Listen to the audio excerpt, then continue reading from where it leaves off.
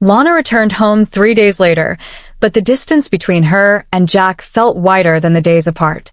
The air in the apartment had changed. The shadows looked longer, the light colder, the memories quieter. Every step she took felt like stepping into a version of her life that no longer fit. Jack was standing in the kitchen when she entered, his shoulders stiff. He turned when he heard the door close, and the expression on his face, some mix of relief, guilt, and fear, told her everything. "You're back," he said. "Yes," she replied, setting her bag down. "I wasn't going to stay away forever." He nodded, though the tension didn't leave his face. "We need to talk." The words landed heavily, like something sharp dropped onto glass. "I know," Lana said. She walked past him into the living room. Jack followed, every step slow. The silence between them pooled like water at their feet. "Where do you want to start?" she asked gently. Jack exhaled, rubbing the back of his neck. "Lana, I should have listened to you." She waited. "You were right about everything," he continued softly. "About me pulling away, about Sienna, about all of it." Lana's pulse quickened. "Did something happen?" "No," he said quickly. "Nothing physical. Nothing like that. But, she repeated, her voice trembling. He swallowed hard, unable to look at her. "I liked the attention. The simplicity of it. The way she looked at me like I was someone she admired, someone unbroken." Lana's heart tightened. "And you don't think I admire you?" His eyes lifted to meet hers. "I know you do. But your admiration, it's real. It sees all of me. The good, the bad, the things I try to hide. Hers, it was easy. It didn't make me think about all the places I was failing." "And with me, you felt like you were failing," she whispered. Jack closed his eyes. "Sometimes." The words sliced deeper than he intended. Lana stepped back, her breath shaky. "Do you know what it feels like to be replaced piece by piece? To feel yourself fading in your own marriage?" "Lana." "No," she said, holding up her hand. "Let me speak." He fell silent. She walked to the window, staring at the city lights flickering on outside. "I've spent so long trying to be soft for you, trying to be strong for you, trying to be enough for the both of us. But I'm tired, Jack. I'm tired of loving someone who's only half here." Jack's throat tightened. "I'm here now." "Are you?" she whispered. "Or are you wishing she would text?" His face drained of color. That silence, his silence, told her more than any confession could. A tear slipped down her cheek, though her voice stayed calm. "You told me nothing happened, but I think something did. Something inside you. Something you're not saying." He hesitated, and in that hesitation, everything shattered. Lana stepped back as if struck. "Jack, did you want to be with her?" His jaw trembled. He didn't look away this time. His voice came out barely audible. "For a moment, yes." Her heart collapsed inward. Not because he loved someone else, he didn't. Not because he betrayed her physically, he hadn't. But because he had allowed himself to imagine a life where she didn't exist. That was the deeper wound. Lana pressed her hand against her chest, steadying herself. "Thank you for telling me the truth." Jack stepped closer. "Lana, She backed away. "Please don't touch me." "I'm sorry," he whispered. "I didn't mean for any of this." "People rarely mean to hurt the ones who love them," she said. "But it happens." She walked past him toward the bedroom. "Lana, wait," he said, his voice cracking. She turned. This broke something in me. And I don't know if I can fix it right now." Jack swallowed, afraid to breathe. "Do you want me to leave?" "No," she said quietly. "I'm the one who needs to." She packed slowly, folding her clothes with trembling hands. Jack stood in the doorway, helpless, leaning against the frame like he needed it to keep him standing. "Where will you go?" he asked. "Mariah's," she said. "For how long?" "I don't know." He stepped closer, his voice breaking. "Lana, please. Don't go like this." She looked at him, tears finally spilling freely. "You didn't stop yourself when it mattered, Jack. You didn't choose me then. Don't ask me to choose you now." He flinched as if struck. Lana zipped her suitcase. The sound echoed like finality. She walked past him with her heart trembling, but her spine straight. "I'm not leaving because I don't love you," she said at the door. "I'm leaving because right now loving you hurts more than it should." Jack's breath shattered in his chest. "I'll fix this," he whispered, desperate. "I'll do anything." She shook her head softly. "You can't fix what you never fully held." She opened the door. Jack took one step toward her. "Lana." She paused without turning around. "You were looking for warmth and another light," she said softly. "But the brightest flame was always here. And you forgot." Then she walked out. The door clicked shut. And in the quiet that followed, Jack fell to his knees on the living room floor, his chest heaving as the weight of everything he had done, everything he had broken, crashed down upon him. Lana didn't cry until she reached Mariah's apartment. She sank into her friend's arms and finally let the grief pour out. The betrayal, the confusion, the hopelessness, the shattered dreams of the life she had thought she was building. Mariah held her silently, knowing some heartbreaks were too deep for words. "You're stronger than this, Lana," she whispered. "And you're going to find yourself again." Lana closed her eyes, letting the comfort wash over her. But beneath the tears, beneath the pain, something warm flickered inside her. A spark she hadn't felt in a long time. The spark was not Jack. It was herself. Back at the apartment, Jack sat for hours in the dark. Every shadow seemed to whisper her name. Every corner of the room still held her warmth. Every memory ached. He picked up his phone once, Sienna's name on the screen. He stared at it. Then he deleted her number. He turned off his phone entirely and set it face down. He walked to the bedroom they once shared and took the photo from the nightstand. Lana laughing under a summer sky, paint smeared on her cheek, joy in her eyes. He sat on the edge of the bed and stared at it until his vision blurred. Finally, he buried his face in his hands and let the truth crush him. He hadn't just lost her. He had broken the only light that had ever truly loved him. Mariah's apartment was small, warm, and cluttered with paintbrushes, canvases, and little pieces of life scattered everywhere. Half-finished mugs of tea, a blanket draped over a chair, a stack of novels on the kitchen counter. It looked nothing like the place Lana had just left. And yet, the moment she stepped inside, she felt something she hadn't felt in years. Breath. Room to exist. A kind of quiet that wasn't painful. Mariah handed her a glass of water. "Here." "Sip." Lana took it with trembling fingers and sank onto the couch. She didn't speak. She didn't need to. Mariah sat beside her, legs folded, her warmth steady and present. After a while, Lana whispered, "I feel like I broke." "No," Mariah said softly. "You cracked open. There's a difference." Lana closed her eyes, tears spilling silently. "It hurts so much." "I know." Mariah gently brushed a curl from her forehead. "That man pulled you into a storm for so long. Now you're stepping out of it. Your body is just remembering the weight you carried." Lana nodded, letting the truth settle. That night, Lana didn't sleep. She lay on the couch staring at the ceiling, watching the faint glow of streetlights dance across the plaster. Every time she blinked, she saw Jack's face, broken, pleading, confused. The sound of his voice, "Lana, don't go," echoed in her chest. But she also saw something else. Something harder to face. The image of Sienna leaning toward him in the office. The half-smile he didn't know he was giving. The spark he thought no one saw. And the moment he had paused, hesitated, when she asked if he wanted to be with her. It was that moment she couldn't forgive. "Not yet. Not today." She curled into herself beneath the blanket and whispered, "Don't let me lose myself again." Jack, meanwhile, was unraveling. The apartment felt hollow without Lana. The walls echoed with every footstep. The kitchen felt colder, emptier.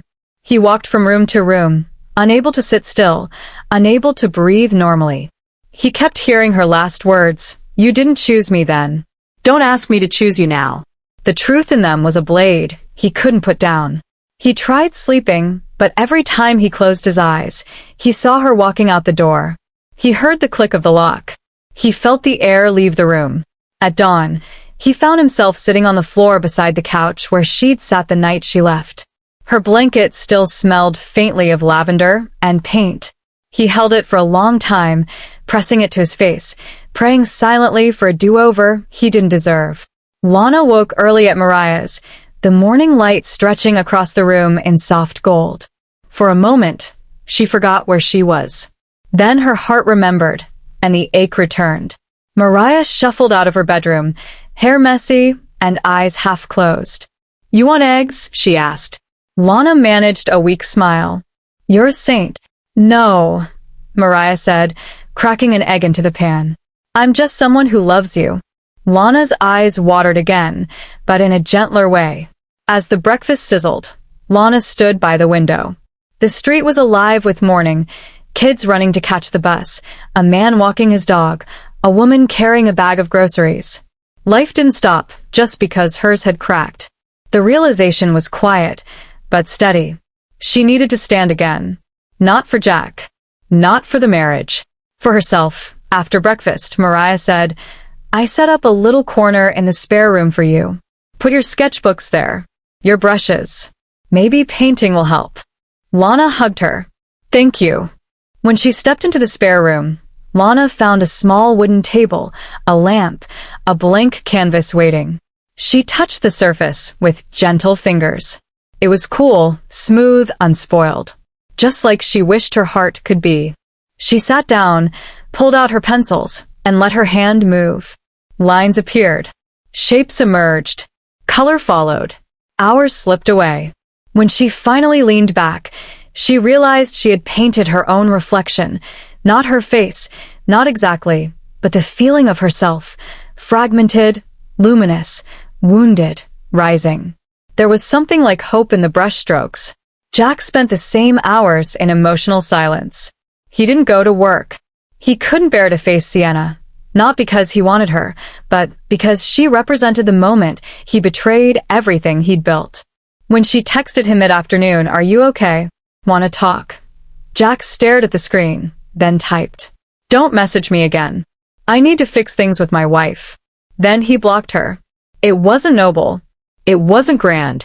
It was simply the first honest choice he had made in months. He needed to stop seeking comfort in places that weren't home. And Lana, whether she returned or not, would always be home to him. But knowing that didn't make the silence easier. 2 days passed. Lana painted, walked, sat with her thoughts. Jack spiraled, slept unevenly, ate little, kept replaying the last months over and over. On the third evening, Lana found herself standing on Mariah's balcony with a cup of tea. The sky burned with pink and orange, the day drifting into night. Mariah stepped beside her. "Thinking about him?" Lana nodded. "I can't stop." "You still love him," Mariah said gently. "Yes," Lana whispered. "But love shouldn't hurt like this." Mariah leaned on the railing. Sometimes the people we love break us the most. Not because they want to, but because they don't know how not to. Lana swallowed. "Do you think he meant what he said? That he wanted to be with her?" Mariah shook her head. "No. I think he liked the attention because he didn't like himself. And she made him forget that." Lana closed her eyes. "I gave him all of me." "Yes," Mariah said. "And that's why you need to protect what's left." That night, Lana opened her journal and wrote, "I love him, but I don't trust him. And until I trust him again, I can't go back." She stared at the words for a long time before closing the book. Jack finally gathered the courage to visit Mariah's apartment. He stood outside the door, breathing hard, rehearsing what to say. But Lana didn't open the door. Mariah did. Her brow furrowed. "Jack, can I see her?" he asked. "She's not ready," Mariah said firmly. Jack's shoulders slumped. "Please. I just want to." "No," Mariah said. "Not today." Jack nodded, defeated. He turned to leave. "Jack," Mariah called softly. He looked over his shoulder. "She still loves you," she said. "But if you want her back, you'll have to become someone she can trust. Not someone she needs to fear." Jack nodded, eyes burning. "I will." Then he walked away. That night, Lana returned to the apartment from the grocery store and found Mariah sitting on the couch. Jack came, Mariah said. Lana froze. Did he see me? No. I didn't let him. Lana sat beside her, hands trembling. I don't know what I would have said. You don't need to know yet, Mariah said gently. Healing isn't a performance. It's a process. Lana rested her head against her friend's shoulder. Does he look okay? She whispered. No, Mariah admitted. He looks like a man who finally understands what he's losing. Lana closed her eyes as another tear escaped. The pain didn't feel like betrayal anymore. It felt like grief. And grief, she knew, was the sign that love still lived somewhere inside her. That meant she wasn't done with Jack. Not forever. Just not yet. Jack woke before sunrise for the first time in years, startled out of a restless sleep. The house felt colder than it ever had. Lana's absence wasn't just noticeable, it was everywhere. Her perfume no longer softened the air. Her laugh didn't linger in the halls. Her slippers weren't beside the bed. Her toothbrush sat quietly in the bathroom like a relic of a life that had paused mid-breath. He walked into the living room where she had once sat and painted on lazy Sunday mornings. He sank into the couch, burying his face in his hands. There were no tears left, only heaviness, the kind that settles in the bones and doesn't move. He reached for a pen and paper without thinking. Something inside him needed to speak, even if no one would listen. He started writing, Lana. I walked into the kitchen today, and the light hit the counter exactly the way it used to when you stood there cutting fruit. I swear I saw your silhouette for a moment. It felt so real that I reached out, thinking you were there. I don't know how to breathe in this place without you. I don't know how to be anything without you. I'm sorry. He stared at the words, then tore the paper into pieces. It wasn't enough. It would never be enough. At Mariah's apartment, Lana woke to the sound of rain tapping softly against the window. For a moment, she lay still, allowing herself to remember the countless mornings she'd woken to that sound beside Jack, sometimes in his arms, sometimes inches apart, sometimes wondering whether the rain could wash the silence away. She unfolded herself from the blankets and padded into the kitchen. Mariah was already awake, curled on the counter with a cup of tea. You slept better, Mariah said gently. A bit, Lana replied. You're getting stronger. Lana opened the fridge. Some days I feel it. Others I feel like I'm made of splinters. That's healing, Mariah said. Healing doesn't come in straight lines. Lana nodded, though part of her still felt fragile enough to break with the next gust of wind. She spent the day painting again. This time, she painted hands, reaching, touching, breaking apart. The strokes were bold, almost violent at first, but softened into something beautiful. Mariah peeked inside the room. That's stunning. It's painful, Lana whispered. That's why it's stunning. Letter 2, not sent. Jack tried again, the next morning. Lana, I don't know when I stopped choosing you. Maybe I never stopped. Maybe I just got lost in trying to be someone the world respected more than the man you needed. But while chasing their approval, I forgot the only person whose eyes made me feel like I was enough. He set the pen down, chest aching, and folded the letter carefully. But he didn't send it either. Jack's friends noticed the change. At work, he avoided laughter, avoided eye contact, avoided the empty chair at his desk where Lana once sat waiting for him during lunch breaks. Colleagues asked if he was okay. He lied. He said he was tired. He said he had a cold. He said he had too much work. But the truth was lonelier. He was hollow. When Sienna approached him in the hallway one afternoon, he felt something tighten inside him. Not desire, not temptation, just shame. Jack, she said softly, you've been distant. Did I do something wrong? No, he said, stepping back. I did. Did something happen between you and your wife? He took a slow breath. Yes. Sienna bit her lip. I'm sorry. He shook his head. No, you don't understand. You were part of it. Her face fell. Jack didn't speak harshly. He didn't accuse. He simply said, I shouldn't have let it get that far.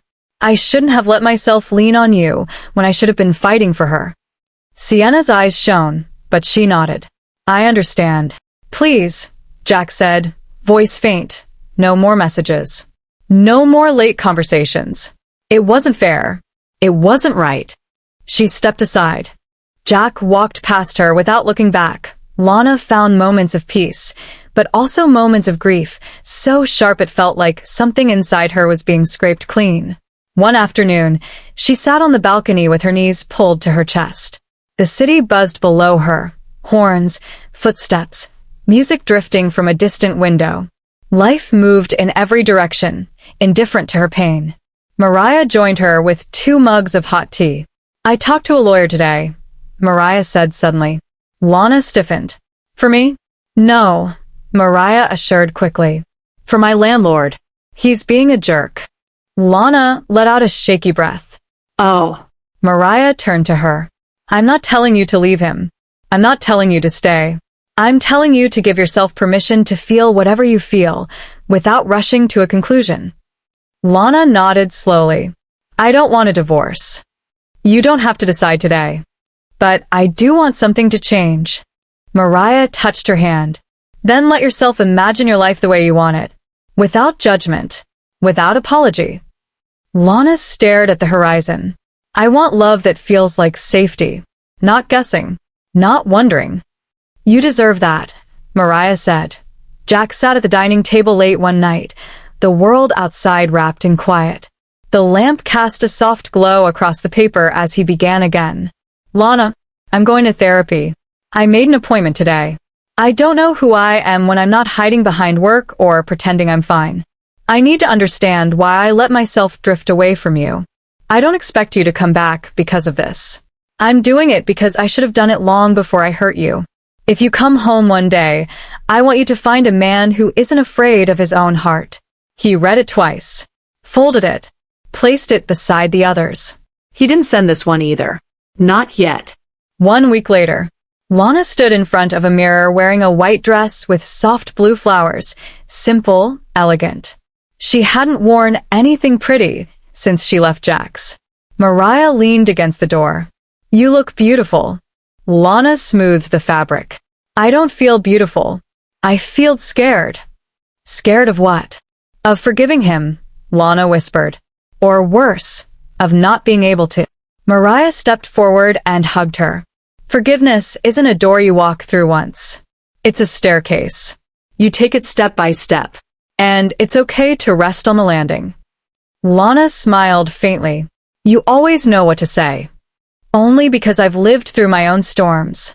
That evening, Lana attended a small art showcase Mariah had signed her up for months ago. She almost didn't go.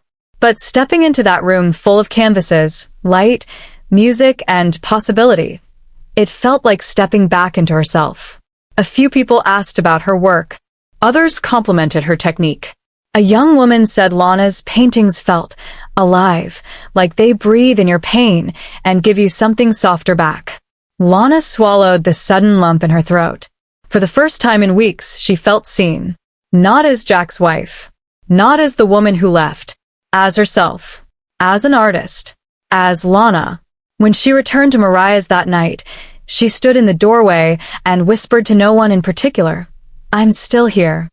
Jack attended his first therapy session. He expected to feel embarrassed, but instead, he felt relieved. He talked about work, about pressure, about his fear of failing, about Lana's sadness, about Sienna, about the moment he hesitated when he shouldn't have. When he left the office, he felt lighter, but also painfully aware of how deep the wounds went. He went home and wrote another letter. Lana, today I said out loud what I should have told you months ago. I'm sorry I wasn't brave enough to ask for help before everything fell apart. I'm sorry I made you carry both our hearts when I couldn't carry even mine. I don't know if you'll ever read these letters, but they're the truest words I've ever written. I miss you. Jack gathered all the letters for so far and placed them in a box. He didn't know what he planned to do with them, but he wasn't writing to win her back. He was writing to understand himself, to strip away the lies. To find the man he hoped she could trust again one day. One late evening, Lana stood at the balcony, watching the moonlight catch in the raindrops. Mariah was asleep. The world was still. Lana lifted her phone. She hesitated. Then she typed a message to Jack. "I don't know what happens next, but I hope you're taking care of yourself." She hovered over the send button. Her heart raced. Then, she pressed send. She didn't write anything more. She didn't expect anything from him. She simply needed him to know that her heart, though wounded, had not closed completely. Time didn't heal everything, but it softened the edges. For the next 3 months, Lana and Jack lived separate lives. Two currents moving through different parts of the same ocean, still connected by something unseen and deep, yet too distant to touch. They did not see each other. They did not call each other. Their silence was not cold, it was necessary. What grew between them was not indifference, but space, breath, clarity. Lana settled into a rhythm that felt new, but gentle. She woke early each morning, the soft light brushing her face. She brewed tea instead of coffee. She painted more than she spoke. She learned how silence could be a friend and not an enemy. Mariah's apartment became a refuge, a place where healing wasn't rushed, where laughter wasn't forced, where tears were allowed to fall without shame. Some days were bright, some days were heavy, but they were hers, and that made all the difference. She attended local art workshops, slowly rebuilding her confidence. She took long walks through the French Quarter, collecting colors and shapes with her eyes, letting the world inspire her again. One afternoon, after finishing a painting of a woman holding her own broken heart tenderly in both hands, Lana felt something inside her shift. She whispered to herself, "I am becoming someone I never thought I'd meet." She kept that painting for herself. It was her reminder. Healing wasn't a return to who she had been. It was becoming someone new. Jack transformed too, but his transformation came through discomfort, self-reflection, and a painful kind of honesty therapy forced him to confront. He learned why he had pulled away, why he had drifted, why he had allowed attention from someone else to become a substitute for the closeness he feared losing with Lana. His therapist, a calm woman named Dr. Reed, asked him questions he didn't know he needed to answer. Why do you run when you feel inadequate? Why did you think Lana would stop loving you when you struggled? What part of you believes you're unworthy of softness? Jack often left her office emotionally drained, but a little lighter each week. He quit staying late at the firm. He stopped saying yes to everything that stole his peace. His shoulders lost the tension they'd held for years.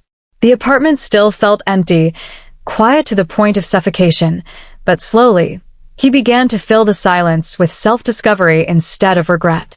He cleaned the space, rearranged furniture, donated clothes he didn't need, threw away the things that reminded him of the worst parts of himself, except the box of letters. He kept that. Every few nights, he wrote another. Letter 8, not sent. Lana, I never told you this, but the first time I saw you painting in the park, I knew you were going to change my life. You looked so free, so full of color. I felt gray beside you, but you didn't make me feel small. You made me feel possible. I'm trying to find that version of myself again.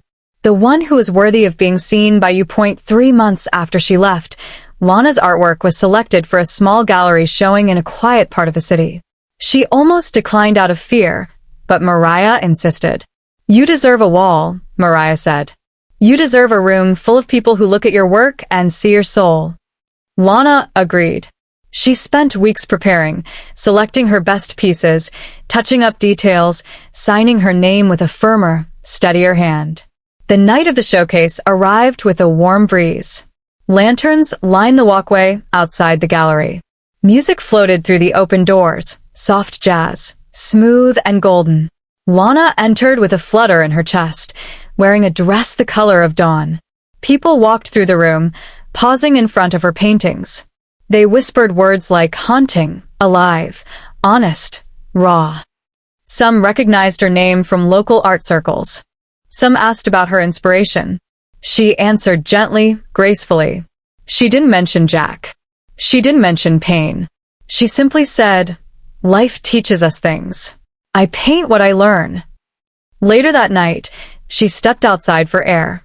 The moon hung low and full above the city. Mariah joined her and nudged her elbow. "Look how far you've come." Lana closed her eyes. "I feel like myself again." "Not again," Mariah said. "For the first time." And Lana realized she was right. Jack seized the invitation. A week after the gallery show, Lana received a printed flyer from the gallery thanking her for participating. She left it on her Instagram. Nothing extravagant, just a simple post. Jack saw it. He wasn't following her, he respected her distance, but someone reshared it. When her face appeared on his screen, talking gently in a video clip about art, about healing, about expression, Jack felt something inside him break and mend at the same time. She looked radiant. Not because of makeup or clothes. Because she was whole. He whispered to himself, "She's glowing." He didn't cry. He smiled. A tired, bittersweet smile that said, "I'm proud of her." Even if I'm not beside her, Lana received an email from a coastal retreat center, a place for artists to create near the ocean. They had seen her work. They offered her a 3-week stay as a resident artist. She almost refused. Leaving the city felt like running. But when she sat with the idea, she realized something profound. Maybe running wasn't escape. Maybe it was growth. She accepted. Mariah squealed when Lana told her, "You're going to find endless inspiration there." "I hope so," Lana said softly. "You will," Mariah insisted. "And maybe something else too." The retreat center sat on a small stretch of coastline where waves whispered against the shore like old secrets. The air was cool and clean. The mornings glowed gold. The nights shimmered with stars. Lana took long walks along the water, her feet sinking into wet sand. She painted at sunrise and sunset. She wrote in her journal. She breathed more deeply than she had in months. One evening, she stood at the edge of the water, the wind tangling her hair, the horizon blurring. She whispered into the open world, "I forgive you, Jack." Maybe not enough to return yet, but enough to breathe again. The ocean carried her words. The tide took nothing from her, only offered peace in return. Jack without Lana.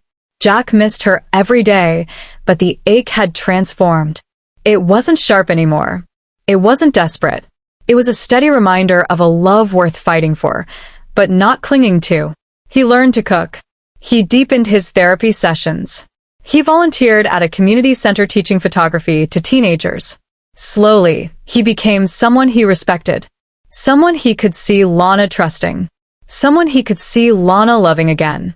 But he also learned the hardest truth. He needed to be that man even if she never came back. Time passes. 3 months slipped into 4. Then 5. Then 6. Their hearts were no longer drowning. They were floating. Still separate, but in waters that were beginning, ever so slowly, to drift toward one another. One night, Lana returned from the beach to find her phone glowing. A message from Jack. Not long. Not dramatic. Not pleading. Just, "I hope the ocean is kind to you. I'm taking care of myself like you told me to. Thank you for the message you sent months ago. It meant more than you know." Lana stared at the words for a long time. The wind moved the curtains gently. The ocean hummed beyond the window. She typed back, "It is kind. And I'm glad you're okay. Truly." She didn't know it yet, but that was the moment their paths began shifting toward each other again. 2 lights across an ocean, finding their way. 6 months had passed since Lana walked out of the apartment she once called home. 6 months of silence woven with growth, pain, healing, and rediscovery. 6 months of 2 hearts learning how to beat on their own. But fate has a way of circling back to the places where broken things were dropped, not to shatter them again, but to show how much stronger they've become. It happened on a quiet Thursday morning. Lana was in her seaside studio, rinsing paint from her fingers, humming along to the soft music playing in the background. The sky outside was a pale blue, the waves slow and steady, as if the ocean itself was breathing with her. A soft chime broke the calm. Her phone lit up. She wiped her hands on a towel and reached for it. The email subject read, "Featured artist request, dual exhibition proposal." Curious, Lana opened it. She read the first few lines. Then she froze. Her heart stuttered.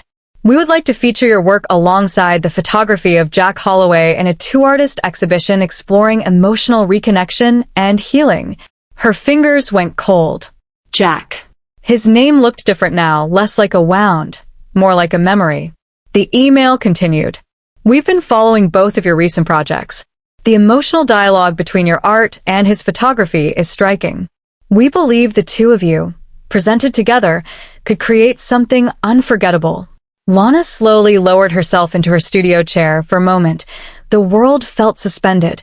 The sound of the ocean fading, the colors of the room dimming, everything shrinking to a single question she wasn't ready to ask out loud. Am I ready to see him again? She read the email twice more. It wasn't a mistake. Someone genuinely saw a connection between their work, something she had unintentionally painted, something he had unknowingly photographed. Their hearts had kept conversing through canvas and camera even while their bodies lived on opposite shores. A soft knock sounded on the doorframe. Mariah stepped in, carrying 2 coffees. Why do you look like you just saw a ghost? Lana held up the phone. Mariah scanned the message. Her eyes widened. Oh, damn. Lana didn't speak. Mariah placed the coffee down and sat beside her. How do you feel? Lana let out a trembling breath. I don't know. Shocked. Scared. Curious. Maybe hopeful, but also terrified. That sounds about right, Mariah said gently. Are you going to accept? Lana turned to the window. The sunlight bounced off the ocean, sparkling like scattered diamonds. I don't know, she whispered. But I know I'm not the same person I was when I left him. Mariah smiled softly. And he isn't the same man either. Lana looked at her sharply. How do you know? I can tell, Mariah said. Healing changes people. And he's been trying, Lana. Really trying. Lana exhaled slowly. I'll think about it. Jack received the same email that morning. He had been halfway through brewing coffee when he saw it. His hands trembled as he read. The words blurred. Alongside the artwork of Lana Holloway. Dual exhibition. Émotionnel dialogue. Healing. He sat down heavily. He hadn't seen her in half a year. He had learned how to breathe again without her, painfully, slowly, imperfectly. But the thought of seeing her now, it scared him, and it filled him with a strange warmth he hadn't felt in months. He wasn't ready to hope, but he was ready to be honest. Without overthinking, he clicked draft reply and typed. I will participate if, and only if, Lana agrees. If she is uncomfortable in any way, please remove my name from the project. He stared at the message, then hit send. Not for himself. For her. For the rest of the day, Lana thought about the invitation. She walked along the beach, waves brushing her ankles, the wind curling through her hair. The ocean always reflected her emotions. Today it was restless and bright, like a heart deciding whether to reopen. She remembered their good days, the mornings when Jack couldn't stop staring at her, the nights they lay awake whispering dreams into the dark, the laughter that echoed through kitchens and car rides and park benches. She also remembered their bad days, the silence, the distance, the hurt that clung to the walls, the moments when he chose fear over love. But above all, she remembered the truth. She had loved him with everything, and she had left him with everything, and somehow she had survived both. So that evening, she sat at her desk, opened a blank email, and let her heart speak softly but firmly. I will participate in the exhibition. If Jack agrees, I am willing to collaborate. We will let the art tell the story. We are not ready to speak out loud. She paused. Then added, I'm not afraid of seeing him again. Not anymore. She hit send. Then she closed her eyes. Somewhere across the city, Jack's phone buzzed. He opened the message. Read it. Closed his eyes too. 2 souls, breathing on opposite shores of the same ocean, exhaled the same quiet relief. They were not the same people who loved and broke each other. They were something new now. And something new was finally beginning. The gallery sent the official invitation the next morning. 1 week from now, the night of the exhibition. Lana stared at it in her inbox. Her heart fluttered. Her breath caught. Her hands were steady. Mariah peeked over her shoulder. So, the big moment. It feels unreal, Lana whispered. Are you nervous? Yes, she admitted. In a way that feels necessary. Mariah grinned. Do you want me to go with you? Lana smiled. No. This is something I need to face alone. Jack spent the week preparing, revisiting the photos he had taken over the past months. Images of rain-soaked windows. Lonely city corners lit by street lamps. Sunrise over rooftops when he hadn't slept at all. Soft shadows shaped like regret and growth. He didn't choose photos that told a perfect story. He chose the ones that were honest, like Lana always taught him to be. And he practiced breathing. Just breathing. In case she looked at him. In case she didn't. Lana prepared in her own way. She selected 12 paintings, not all sad, not all hopeful, but a mix of both. A visual map of her heart's journey from breaking to becoming. The night before the exhibition, she stood on the beach beneath a sky dusted with stars. A familiar ache stirred in her chest. Not pain. Not fear. Something else. A soft longing for closure. Or maybe for a beginning. She whispered to the waves. Tomorrow, I'll see him. The water murmured back, as if blessing her courage. The night of the exhibition arrived with a gentle breeze and a sky the color of velvet. Lana stood outside the gallery door, hands steady, heart loud. Her dress flowed around her like soft clouds. Her hair was pinned loosely. Her eyes held the calm of someone who had learned how to stand alone and glow while doing it. Inside, the lights were warm. Music drifted softly. Guests mingled quietly between paintings and photographs arranged side by side, her art and Jack's art facing each other like two voices exchanging truths. And then, he stepped into the room. Jack. He stood taller, calmer, carrying a quiet strength that came not from ego, but from humility. His eyes searched the gallery, not frantically, but with hope held carefully, like a fragile glass object he was afraid to break. When he saw her, really saw her, he stopped breathing. She turned slowly. Their eyes met across the room. 6 months of silence folded itself into that single moment. Not pain, not accusation, not longing, recognition. 2 people who had broken each other. 2 people who had rebuilt themselves. 2 people who might not be finished with each other after all. Lana felt a soft warmth rise in her chest. Jack felt something inside him settle. Neither moved. Not yet. The world held its breath. The light between them flickered gently. Alive. Familiar. Undeniable. And for the first time in a long time, they stepped toward each other. Together.